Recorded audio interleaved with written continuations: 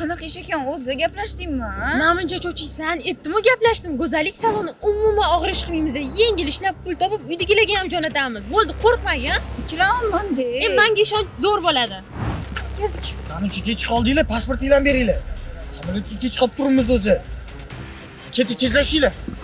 Toshkent viloyatida xuddi shu kabi ko'rinishda 2 nafar 19 yoshli qizlarni sotib yubormoqchi bo'lgan shaxs qo'lga olindi. Asli o'zbekistonlik, hozirda Turkiyada yashovchi ayol o'ziga oldindan tanish bo'lgan 2 nafar qizga mo'maygina pul topasiz, go'zallik salonida ish bor deb yolg'on va'dalar bilan chaqirtirib oladi.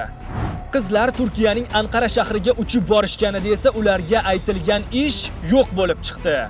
Shundan so'ng ayol qizlarning pasportlarini olib qo'yib, ularni intim xizmatlar ko'rsatadigan xonadonga majburlab olib ketadi. Go'zallik saloni klinika ham o'qiysan, sertifikat olasan, ham ishlaysan degan edi. Qizim borgandan keyin qizimni pasportini olib qo'yibdi, zo'ravonlik qilib, unga qo'rqitib, do'q-po'pisa qilib, qizimga pasportni qaytarib bermagan.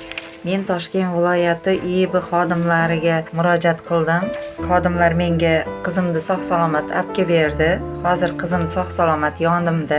Mazkur holat yuzasidan Toshkent viloyati Ichki ishlar bosh boshqarmasi tezkor xodimlari tomonidan 12 fevral kuni olingan ma'lumotga asosan O'zbekiston Respublikasi Tashqi ishlar vazirligi hamda Turkiya Respublikasi huquq-tartibot organlari bilan hamkorlikda olib borilgan tezkor tadbirlar natijasida 2005-yilda tug'ilgan 2 qiz O'zbekistonga qaytarilishiga erishildi.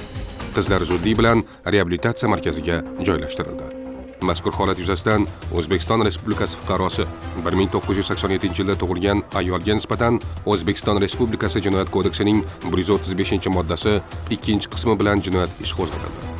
Eslatib o'tamiz, odam savdosi jinoyatini sodir qilganlar 12 yilgacha ozodlikdan mahrum qilish bilan jazolanishi mumkin.